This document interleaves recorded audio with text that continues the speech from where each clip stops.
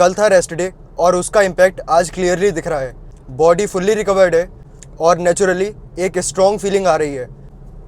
तो आज है बैक सेशन और आज की हाईलाइट ये है कि आज हम अपने यूजुअल टाइम से एक डिफरेंट टाइम पर जिम जा रहे हैं। यूजुअली हम मॉर्निंग में ट्रेन करते हैं 8 से 9 बजे के बीच में, लेकिन आज कुछ डिफरेंट अप्रोच। तो आज हम जा रहे हैं जिम इवनिंग में और अभी टाइम हो रहा है 4:30 PM। और अभी जो स्ट्रॉन्ग फीलिंग आ रही है उसका एक सबसे बड़ा रीज़न एक ये भी हो सकता है कि हम ऑलरेडी अभी 2 मील ले चुके हैं। हमारे पेट के अंदर अभी 1000 कैलोरीज मौजूद हैं। इसका क्या बेनिफिट होगा ये तो जिम जाके ही पता लगेगा। और आज के बैक डे का प्लान ये है, जो कल रेस्ट डे से पहले हमारा जो चेस्ट डे था उस पर हमारी अप्रोच कुछ ऐसी थी कि हमने चेस्ट को पहले प्री एग्जॉस्ट करा। जैसे कि केबल फ्लाइज एक आइसोलेशन मूवमेंट है, तो उससे क्या हुआ कि हमारा चेस्ट पहले ही आइसोलेट हो गया बिफोर प्रेसिंग हैवी। अगर मैं हैवी प्रेसिंग के इक्वल में बात करूं बैक के लिए तो वो एक हैवी रोइंग मूवमेंट होगा। अगर मैं अपनी बैक को प्री एग्जॉस्ट करने के लिए कुछ आइसोलेशन मूवमेंट्स पहले करता हूं तो मुझे अपने हैवी रोइंग मूवमेंट के लिए ज़्यादा लोड नहीं उठाना पड़ेगा और इससे ये होगा कि हमें same result with higher intensity मिलेंगे without putting any unnecessary stress on nervous system.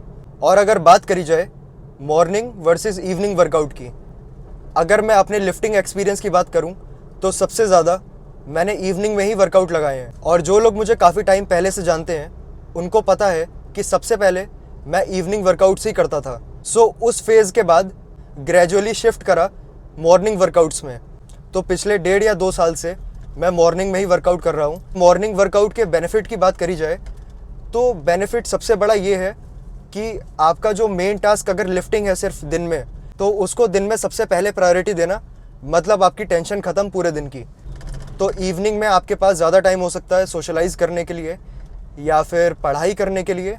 और अगर आपका कोई ऐसा इंटेंसिव वर्क रहता है इवनिंग में तो आप उसको भी आराम से कर सकते हो। मैं मॉर्निंग वर्कआउट्स के नेगेटिव की बात करूं तो सबसे बड़ा यही होगा कि मॉर्निंग में हम जब भी ट्रेन करते हैं तो इनफ एनर्जी ना होना एक सबसे बड़ा ड्रॉबैक होता है। यही अगर इवनिंग वर्कआउट्स के बेनिफिट की बात करी जाए तो सबसे बड़ा इवनिंग में बेनिफिट यही होता है, क्योंकि हमारे पेट में 1 या 2 मील्स होती हैं और उसमें हमें इनफ कार्बोहाइड्रेट्स मिल जाते हैं जो कि हमें एक सस्टेन्ड एनर्जी देते हैं ड्यूरिंग इवनिंग वर्कआउट्स। सबसे बड़ा रोल प्ले करता है वो है हाइड्रेशन। वाटर इनटेक पे फोकस ना भी रखते हुए इवनिंग में हमारी बॉडी काफ़ी एक्टिव स्टेट में होती है और इनफ हाइड्रेटेड होती है।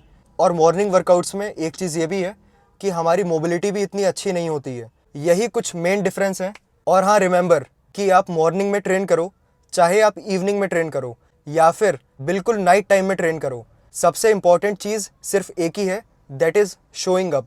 एक्चुअली जिम में पहुंचना एक बड़ी बात है, ना कि ये बड़ी बात है कि आप सुबह 4 बजे जा रहे हो या रात के 2 बजे जा रहे हो। और उसके बाद की जो भी चीज़ें होती हैं वो धीरे धीरे अपने आप खुद ही समझ में आने लगती हैं। अब चलो ज़्यादा टाइम वेस्ट नहीं करते हैं, आ चुके हैं हम जिम और करते हैं अपना बैक वर्कआउट स्टार्ट। एक चीज़ की तो आज गारंटी है कि आज का पंप नेक्स्ट लेवल ही रहेगा। यूनिलेटरल मूवमेंट्स कौन से होते हैं ये मैं आपको पहले भी बता चुका हूँ, जिसमें हम एक साइड एक बार में टारगेट कर सकते हैं।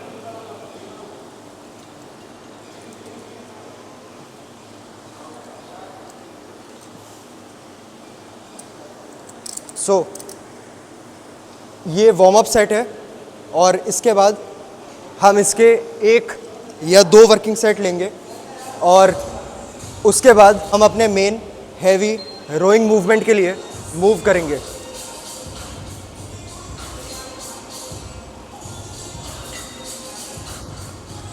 Warm up complete. अब चलते हैं अपने पहले working. I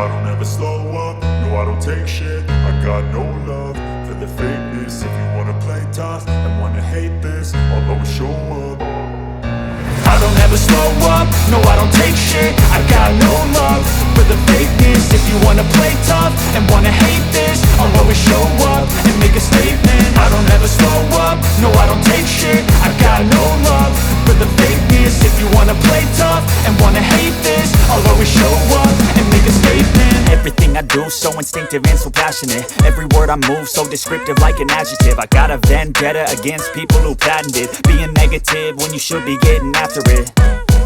I got facts over tracks, this and that. Spitting slow, spitting fast, I could roast, I could gas. Think I'm okay at last, but I don't know if that can erase all the past. And the pettiness, a reflection of the emptiness. Hilarious, you think you're worth my time, you're delirious. Mysterious, because you hide behind a fake exterior. Inferior, you know I'll always be a bit superior. Get off.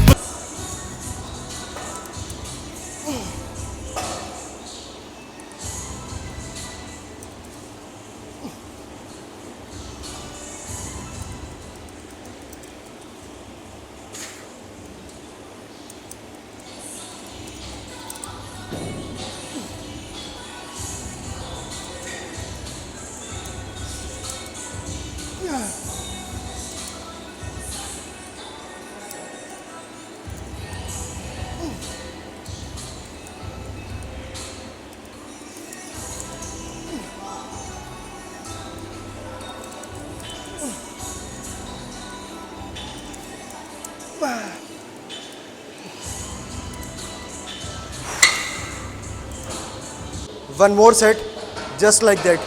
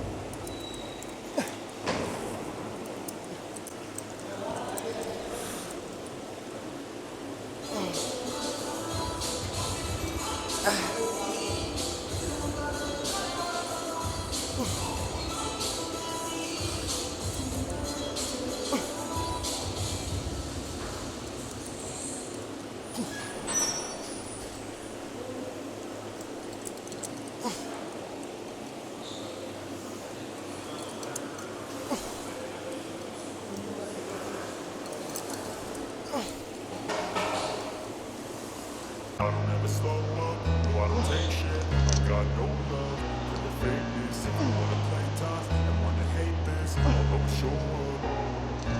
I don't ever slow up, no I don't take shit. I got no love for the fakeness. If you wanna play tough and wanna hate this, I'll always show up and make a statement. I don't ever slow up, no I don't take shit. I got no love for the fakeness. If you wanna play tough and wanna hate this, I'll always show up and make a statement. Everything I do so instinctive and so passionate. Every word I move so descriptive like an adjective. I got a vendetta against people who patented being negative when you should be getting. अब चलते हैं किसी heavy rowing movement के लिए। हम करने जा रहे हैं बारबल रोज, लेकिन इसमें एक चेंज। यूजुअली हम अपने बारबल रोज एक फ्री वेट पे करते हैं, तो उसमें एक्चुअली एक सबसे बड़ा इशू ये रहता है कि उसमें मोमेंटम काफ़ी बिल्डअप होने लगता है। तो अगर हमें मोमेंटम को गेम से हटाना है तो उसके लिए एक ही ऑप्शन है, और उसमें वेरिएशन भी ज़्यादा नहीं है। तो हम क्या करेंगे, बस फ्री वेट की जगह हमने सब्स्टिट्यूट करा स्मिथ मशीन से।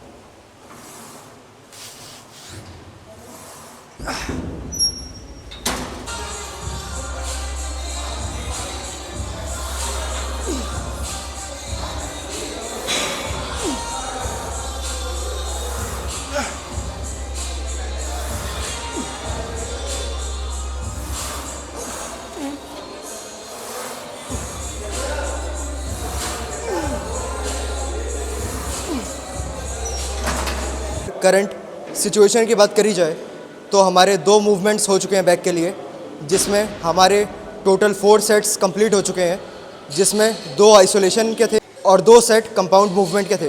लास्ट फिनिशर एक्सरसाइज के लिए हमने एक सुपर सेट चूज़ करा है, जिसमें हमने सेम ग्रिप रखी है। एक तो लेट पुल डाउन्स और ये एक्चुअली क्लोज ग्रिप है, lat pull downs plus cable rows और सेम ग्रिप है इसमें। तो हमारा टारगेट बस ये रहेगा, सबसे पहले लेट पुल डाउन्स का एक सेट और बिना रेस्ट लिए कंटिन्यू करेंगे केबल रोज पे। सो इसका सिर्फ एक ही सेट रहेगा, एक सेट मतलब एक सेट, और वो टिल फेलियर या फिर बियॉन्ड द फेलियर। तो चलो अब देर नहीं करते हैं और करते हैं अपना वर्कआउट फिनिश।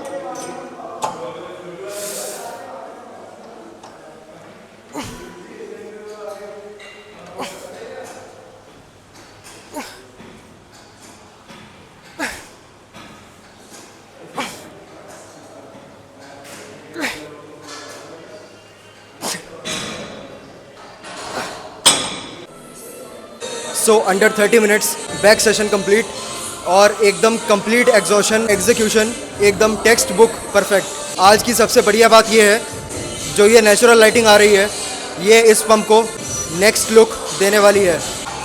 तो बैक का पंप चेक करते हैं।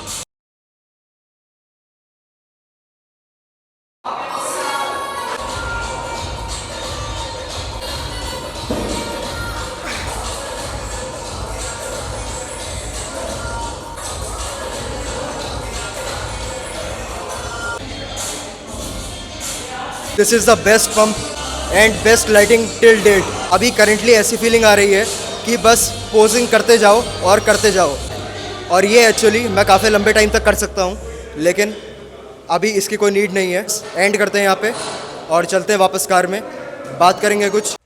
सो ऑल राइट, कोई भी बात करने से पहले मैं आपको एक चीज़ दिखाना चाहता हूँ। वेट,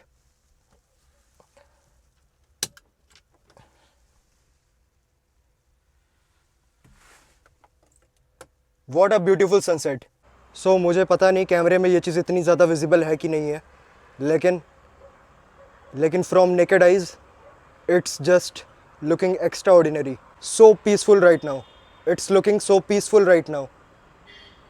और बात करें आज के वर्कआउट की, so I don't have any words. तो मेरी वोकेबलरी में ऐसे वर्ड एग्जिस्ट ही नहीं करते हैं जो आज के वर्कआउट को डिस्क्राइब कर पाएँ। आज का वर्कआउट, आज का पंप और आज की लाइटिंग, सब कुछ पिक्चर परफेक्ट। आज की वर्कआउट इंटेंसिटी मैक्सड आउट और आज की एनाबॉलिक लाइटिंग मैक्सड आउट। आज का insane back pump maxed out. So अगर इस लेवल का पंप और इस लेवल की इंटेंसिटी इतने कम टाइम में आ सकती है, तो इससे ज़्यादा टाइम या इससे ज़्यादा वॉल्यूम देना मैं कभी प्रेफर नहीं करूँगा। बाकी आपके लिए जो चीज़ें वर्क करती हैं, आप उस पर कंसिस्टेंट रहो और आप भी ये चीज़ ट्राई करके देख सकते हो। क्या पता ये टेक्निक आपके लिए भी अच्छी रहे। पोस्ट वर्कआउट मील में आज होगा मैश्ड पोटैटोज़ प्लस चिकन। उसके बाद हमारी एक और मील बचेगी जो कि हमारा डिनर होगा। So let's go home and see you in next session.